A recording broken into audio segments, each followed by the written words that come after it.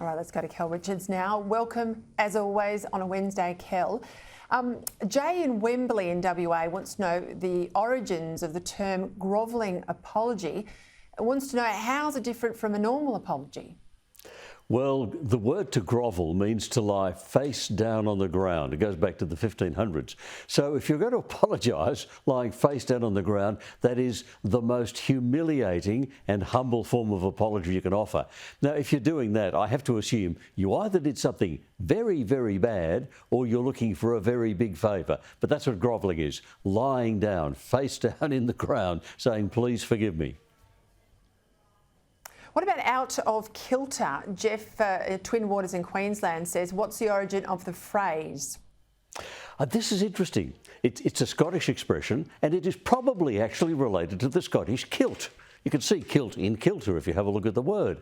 So it originally, there was a word kilt which meant that something was done right, done in the right way, and it probably comes from a Germanic Scandinavian sort of word. There was actually a Scandinavian expression called kilterband, which meant a way of tucking a skirt properly into the top of a band that a person was wearing.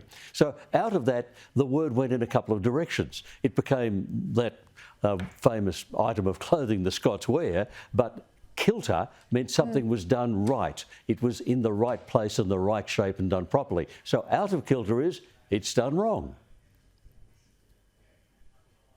All right, hanged versus hung. Stephanie says, many years ago, my English teacher told me that pictures are hung and that people are hanged. I reckon we must have had the same sort of teacher there. That was I was always taught, but help us understand why. Because the word hanged came into English about 1,000 years ago as a regular verb. So each part of the verb had the same sound.